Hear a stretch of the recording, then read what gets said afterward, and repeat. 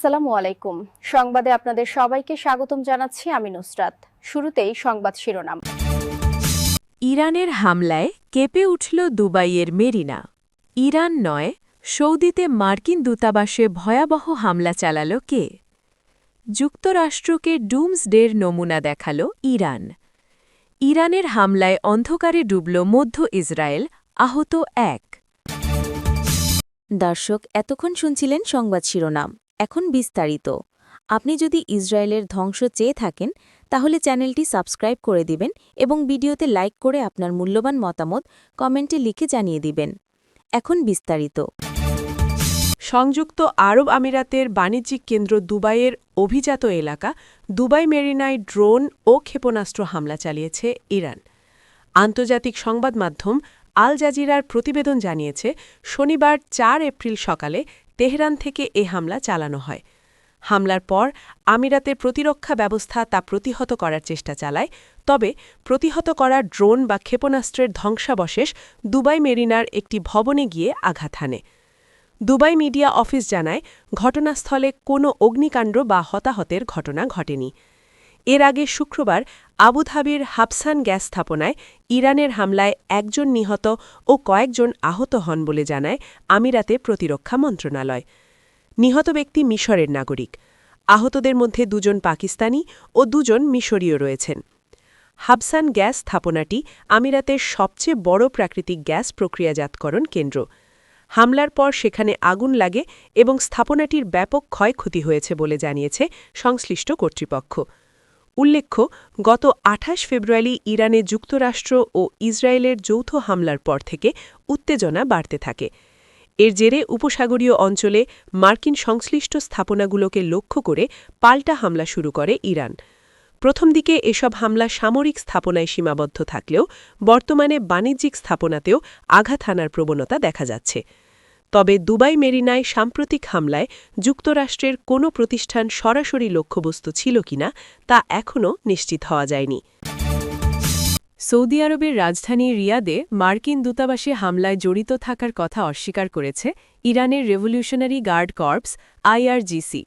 এই বাহিনী জানে, গত ৩ মার্চ রিয়াদে মার্কিন দূতাবাসে ড্রোন হামলার খবর প্রকাশ হয়েছে, তবে এর দায় আইআরজিসির নয়। হামলাটি ইসরায়েল চালিয়েছে। দ্য ওয়াল স্ট্রিট জার্নালে প্রকাশিত একটি প্রতিবেদনের পর এই বিবৃতি এলো। ওই প্রতিবেদনে বলা হয়েছিল যে ইরানি এই হামলা সৌদি কর্তৃপক্ষের স্বীকারোক্তির চেয়েও বেশি ক্ষয়ক্ষতি করেছে। জার্নাল জানিয়েছে, সৌদি প্রতিরক্ষা মন্ত্রণালয় যেখানে সীমিত আগুন এবং সামান্য ক্ষয়ক্ষতির কথা বলেছিল, সেখানে আসলে আগুন কয়েক ঘণ্টা ধরে জ্বলেছিল এবং ব্যাপক ধ্বংসযজ্ঞ চালিয়েছিল। আইআরজিসি জার্নালের ওই প্রতিবেদনের নিন্দা জানিয়ে দাবি করেছে যে এই হামলায় ইরানি সশস্ত্র বাহিনীর একেবারেই কোনো সম্পর্ক নেই এবং এই অঞ্চলে ইসরায়েলি কৌশল বিবেচনা করলে এটি নিশ্চিতভাবেই জায়নবাদীদের দ্বারা পরিচালিত হয়েছে। বিবৃতিতে মুসলিম দেশগুলোকে অঞ্চলে জায়নবাদী শাসনের প্ররোচনা সম্পর্কে সতর্ক করা হয়েছে এবং বলা হয়েছে যে প্রতিবেশীদের উচিত অঞ্চলকে অস্থিতিশীল ও ধ্বংস করার লক্ষ্যে পরিচালিত মার্কিন জায়নবাদী আন্দোলনের ষড়যন্ত্রমূলক উদ্দেশ্য সম্পর্কে সতর্ক থাকা। গণহত্যাকারী ইসরায়েল ও তাদের সহযোগী যুক্তরাষ্ট্র যৌথভাবে ইরানে আগ্রাসন শুরু করে গত ২৮ ফেব্রুয়ারি। সেই থেকে সাধ্যমতো জবাব দিয়ে যাচ্ছে ইসলামী প্রজাতন্ত্র। তেহরান থেকে ছোড়া ঝাঁকে ঝাঁকে ক্ষেপণাস্ত্র ও ড্রোনে প্রতিদিনই কেঁপে উঠছে উগ্র ইহুদিবাদী ভূখণ্ড। পাশাপাশি মধ্যপ্রাচ্যে অবস্থিত মার্কিন সামরিক ও স্বার্থসংশ্লিষ্ট বিভিন্ন স্থাপনায় সমান তালে প্রতিশোধমূলক হামলা চলছে। এতে বেশ বিপাকে পড়েছে ওয়াশিংটন ও তেল আবিব। সংঘাতের ষষ্ঠ দিন গত ৫ মার্চ পারমাণবিক সক্ষমতা সম্পন্ন মিনিটম্যান ৩ অর্থাৎ LMG-30 আন্তঃমহাদেশীয় ব্যালিস্টিক ক্ষেপণাস্ত্রের পরীক্ষা চালায় যুক্তরাষ্ট্র। ডুমসডে হিসেবে পরিচিত পারমাণবিক ক্ষেপণাস্ত্রটির পরীক্ষামূলক উৎক্ষেপণের পরই আলোচনায় আসে নতুন একটি শব্দ, ডুমসডে বা ধ্বংসের দিন। এরপর থেকে এটি নিয়ে বেশ ঘাঁটাঘাঁটি হচ্ছে। যদিও এর আগে চলতি বছরের জানুয়ারিতে শব্দটি আরও একবার আলোচনায় এসেছিল।